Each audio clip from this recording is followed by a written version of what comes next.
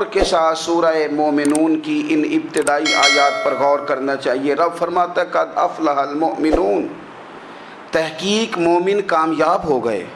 کون سے مومن؟ الذین هم فی صلاتہم خاشعون، وہ جو اپنی نمازوں میں گڑ گڑانے والے ہیں، خشوع کے ساتھ، عاجزی کے ساتھ، انکساری کے ساتھ، ذوق کے ساتھ نماز پڑھنے والے ہیں۔ دیکھیں قرآن نے یہ نہیں کہا شروع میں کہ وہ لوگ اپنی نماز پابندی سے پڑھتے ہیں، بلکہ فرمایا وہ نمازوں میں عاجزی کرتے ہیں، وہ نماز میں خشوع کرتے ہیں، خضوع کرتے ہیں۔ نماز ہم بھی پڑھتے ہیں،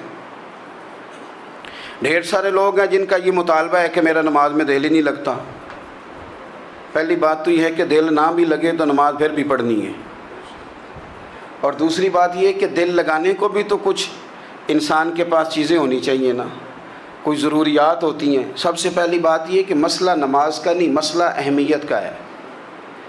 آپ نے اللہ تبارک و تعالیٰ کی ذات کی، رب کریم کے جلالت کی جتنی زیادہ اہمیت اپنے دل میں محسوس کر لی، اتنا ہی نماز کی طرف توجہ آپ کی بڑھ جائے گی۔ آپ سادی سی مثال ہے، غور کر لیں، جتنا آپ اپنے استاد کو پروٹوکول دیتے ہیں، جتنی عزت کرتے ہیں، اتنا ہی وقت پہ آپ ان کے پاس پہنچ بھی جاتے ہیں۔ اگر آپ کے دل میں اہمیت نہیں ہے تو آپ ٹال دیں گے، اور جس استاد کی اہمیت ہے اس کے فون کی گھنٹی بجتے ہی فون بھی اٹھایا جائے گا، اور بات پوری مکمل بھی نہیں ہوگی تو کہا جائے گا جیسے آپ کہیں گے، اور جو وقت وہ دیں گے ان سے 10 منٹ پہلے پہنچنے کی کوشش بھی کی جائے گی۔ بس سمجھ لیں دل لگنے نہ لگنے کا مسئلہ نہیں، اہمیت کا مسئلہ ہے۔ آپ جتنی اپنے مالک کی بارگاہ کی اہمیت سمجھ لیں گے، اتنا ہی وقت پہ مسجد آئیں گے، اتنا ہی شوق سے نماز پڑھیں گے۔ دوسری بات، نماز کے ترجمے پہ غور کریں۔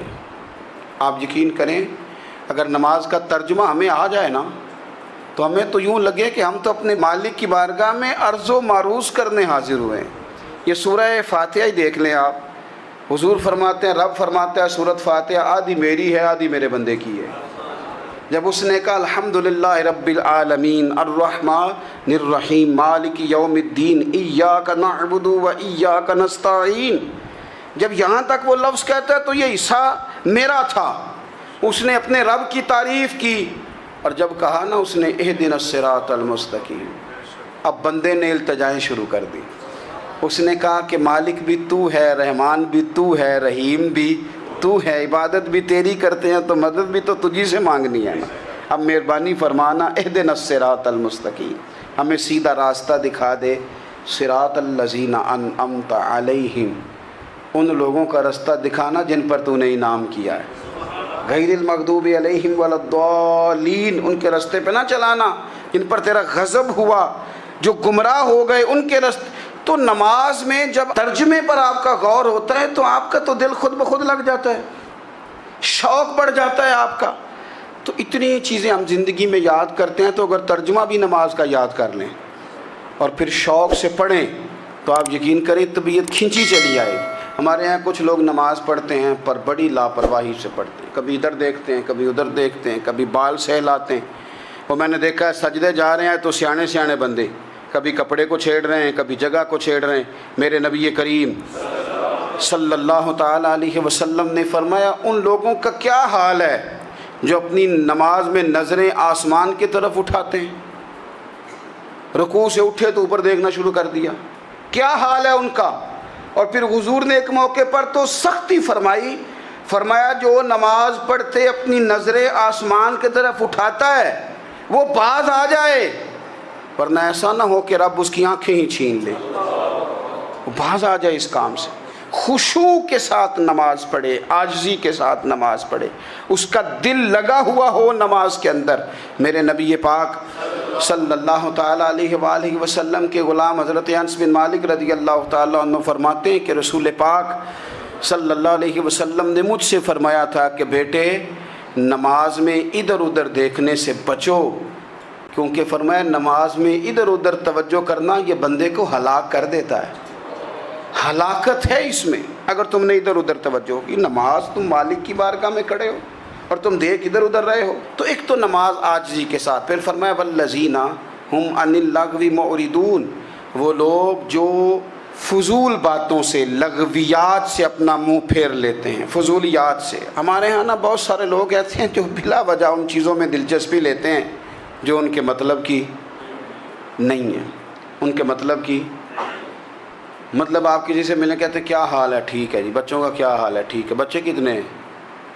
تو بھئی آپ کو جب پتہ ہی نہیں تھا کتنے ہیں تو حال کیوں پوچھا آپ نے؟ آپ کرتے کیا ہیں؟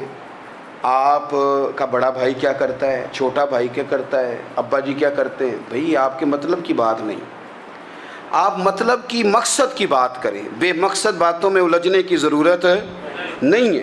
دیکھیں، اپنا ادارہ میں چلاتا ہوں، اپنا گھر آپ چلاتے ہیں، اپنی ڈیوٹی آپ کرتے ہیں، آپ کو زیادہ بہتر پتہ ہے کہ آپ اپنا گھر کیسے چلا رہے ہیں، مجھے زیادہ بہتر پتہ ہے کہ میں مدرسہ مسجد، مجھے زیادہ بہتر پتہ ہے اس کے اندر کون سی اصطلاح کس طرح کرنی ہے، یہ مجھ سے زیادہ بہتر کوئی بندہ جانتا نہیں۔ اب ہم کیا کرتے ہیں، جب ہم دوسرے کے کام میں مداخلت کرتے ہیں تو دو نقصان ہوتے ہیں، ایک تو اس کے ساتھ ہمارا رائے کا اختلاف ہو جاتا ہے، اور دوسرا ہمارے اپنے بہت سارے کام رہ جاتے ہیں، کیونکہ ہماری توجہ ہی دوسرے کی جانب تھی، اپنے بڑے سارے کام رہ جاتے ہیں۔ اس لیے بہت ساری ایسی چیزیں ہیں جن میں بلا وجہ کوئی مقصد نہیں۔ ہم پرانے لوگوں سے باتیں سنا کرتے تھے، ہمارے بزرگ کہا کرتے تھے جڑے پنڈ جانا نہیں، جڑے پنڈ جانا نہیں اودہ راہ پوچھنے دی کی لو۔ لغویات میں نہ الجھیں، فضولیات میں نہ الجھیں، یعنی ٹو میں رہنا، ٹو میں۔